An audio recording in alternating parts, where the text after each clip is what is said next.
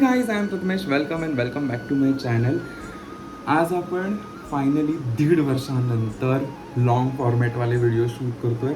मागचे 1.5 वर्ष आपण खूप सारं शॉर्टवरती काम केलं आणि हा मी स्वतःहून घेतलेला एक ब्रेक होता की मला लॉंग व्हिडिओजवरती जास्त काम नव्हतं करायचं, मला शॉर्टवरती भरपूर काम करायचं होतं. आपण खूप हॉटेल एक्सप्लोअर केले, खूप छान छान ठिकाणं एक्सप्लोअर केली आणि now I am back with long format. आपण शॉर्टसुद्धा करू आणि लॉंग फॉर्मॅटसुद्धा करू. सो आपण फिरणार आहोत सावंतवाडी. मी आत्ता सावंतवाडीमध्ये रेणुका हॉटेल आहे, एक अच्छे खासी रूम आहे. सो आम्ही तिथे आता चेक इन केलं आहे. आता ऑलमोस्ट 2 वाजले आहेत, त्याच्यामुळे आपण सगळ्यात आधी जाऊया, जेवूयात आणि त्याच्यानंतर आपण थोडेफार लोकल साईट सीइंग आहेत ते जवळपासच्या ज्या गोष्टी त्या फिरू, मार्केट फिरू थोडेसे आणि लेट्स सी किती पार्ट्स येत आहेत. याचे 1 किंवा 2 पार्ट येतील. सो चलो लेट्स गो आणि सगळ्यात आधी जाऊन लंच करूया.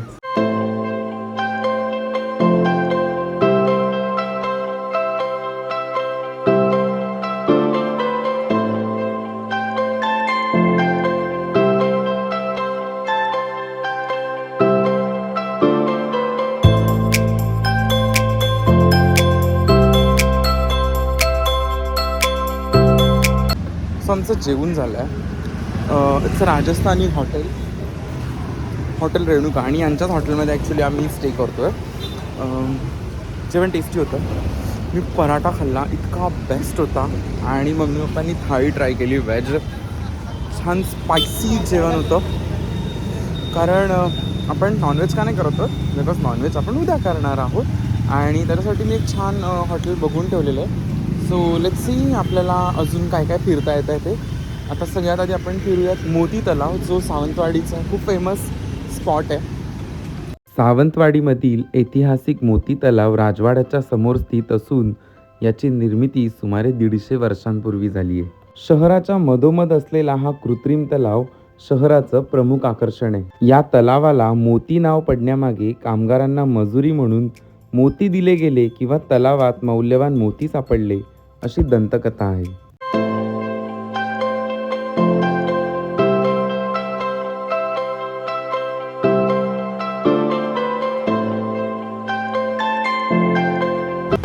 ऑलमोस्ट दुपारचे 2:30 वाजले आहेत, त्याच्यामुळे जे लांबचे साईट सीइंग आहेत ते तर आत्ता नाही करता येणार. मोती तलाव बघून झाला, इट्स सो ब्युटिफुल. त्याच्यानंतर इथे ना लाईट शो असतो, ज्याचे मी ना रील्स पाहिले होते बरेचसे. मे बी ते संध्याकाळचा असतो आणि जर संध्याकाळी लाईट शो असेल आणि जर तुम्हाला बघायला मिळाला तर मी तो तुम्हाला दाखवेन. सो आत्ता आपण ना जे सावंतवाडी सगळ्याचं जे मेन हायलाईट स्पॉट आहे सावंतवाडीचा, तो आहे लाकडी वस्तू आणि लाकडी खेळणी, त्याच्यानंतर सगळे लाकडाच्या वस्तू.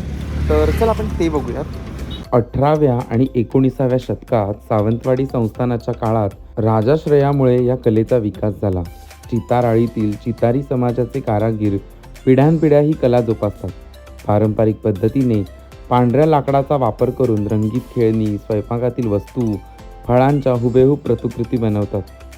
मोती तलाव आणि राजवाड्याच्या जवळ असलेली ही बाजारपेठ भारतातील सर्वात मोठ्या लाकडी खेळण्यांच्या बाजारपेठांपैकी एक आहे, जिथे 15 रुपयांपासून हजारो रुपयांपर्यंत वस्तू मिळतात. लाकडी फळे, स्वयंपाकघरातील खेळणी, बाहुल्या, शोभेच्या वस्तू अशा अनेक वस्तू इथे मिळतात. ही बाजारपेठ आज केवळ कोकणच नव्हे तर भारतातील हस्तकलेचे एक महत्त्वाचं प्रतीक म्हणून ओळखलं जातं.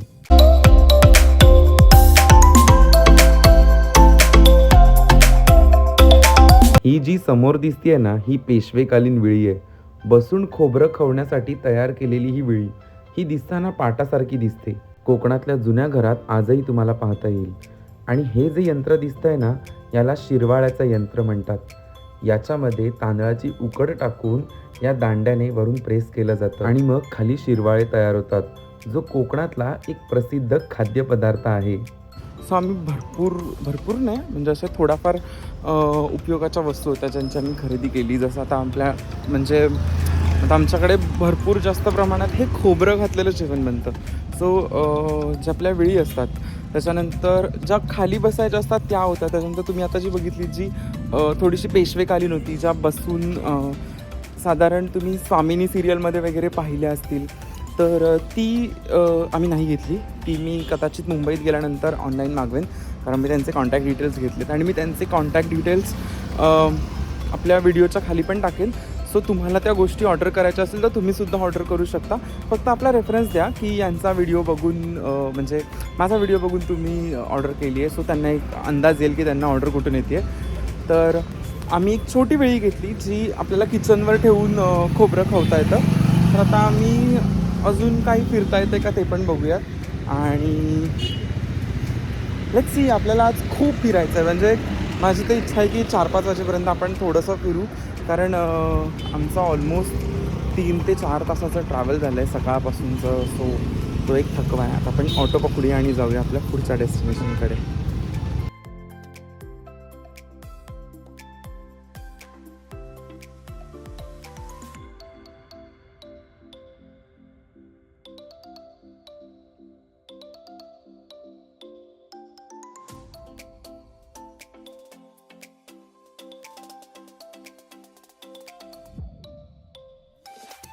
तीनशे 65 खेड्यांचे अधिपती आणि रक्षणकर्ता म्हणून ओळखले जाणारे श्रीदेव उपरलकर हे एक जागृत दैवत आहे.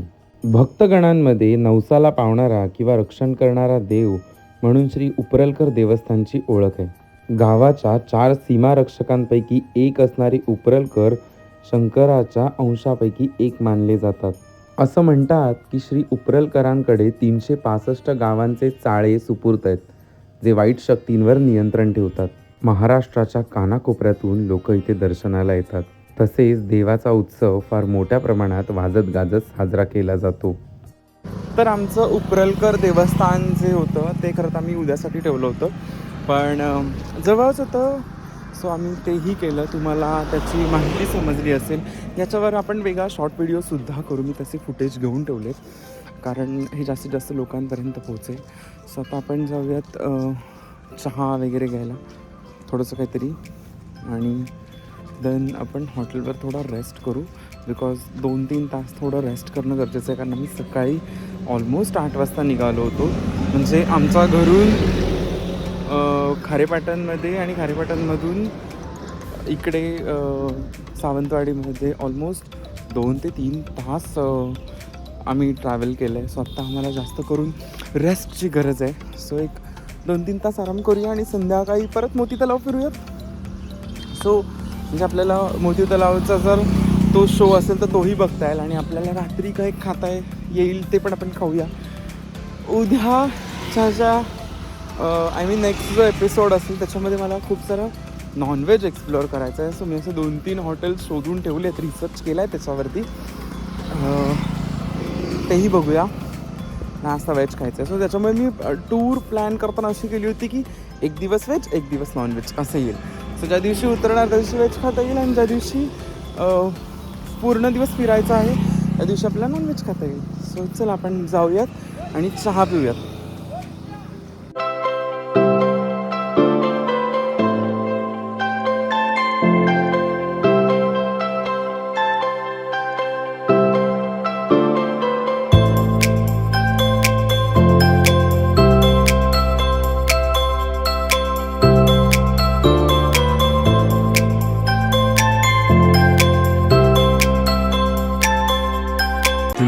hours later.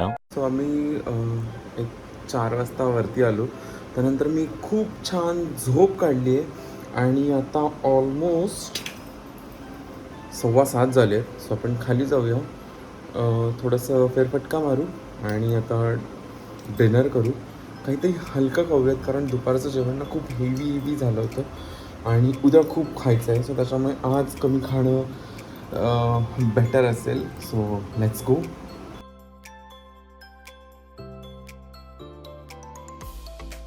मी जसं बोललो, मोती तलाववरती लाईट शो असतो, तो इतका सुंदर असतो. Let me show you.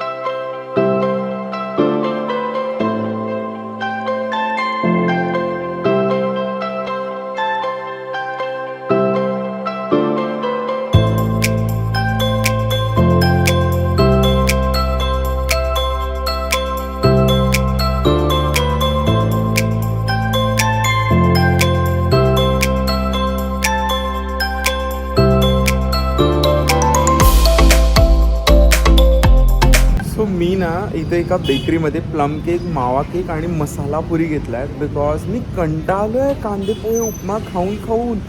म्हणजे मी मागचे 1 महिना कोकणात आहे आणि रोज हे असा डोसा उपमा कांदे पोहे माझं असं झालं नो भाई नाही चाहिए मेरे को. सो माझं असं ठरलं की उद्या नो ब्रेकफास्ट, उद्या ह्याच गोष्टी खायच्या. सो उद्याचा ब्रेकफास्ट मी सॉर्ट केला. मस्त बेकरी होती, लोकं पण छान होती, छान सबस्क्रायबर वाढवले मी. सो आता आपण डिनरसाठी जाऊया आणि आपण जरा हॉटेल शोधूयात लोकल बिकॉज मला आता जास्त हेवी नाही खायचं आहे, मला थोडंसं हलकं फुलकं खायचं आहे.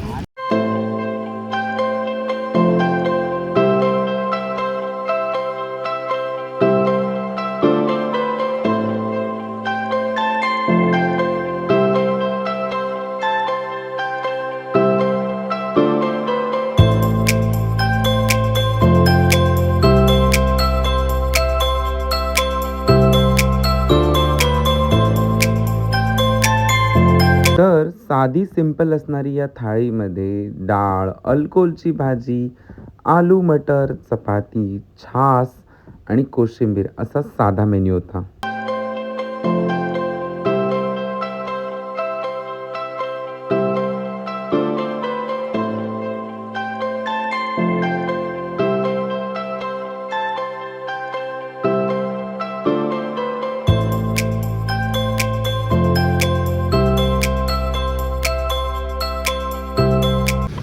सो आमचा डिनर झाला आहे. ॲक्च्युली इथे साधले मेस होती म्हणजे खानावळ आणि आम्ही इथे ना खूप साऱ्या लोकांना विचारलं होतं. म्हणजे माझा एक इथे ट्रॅव्हल करतानाच एक सिम्पल फंडा होता, घरगुती जेवण जेणेकरून आपल्याला पोटाला काही त्रास नाही होणार.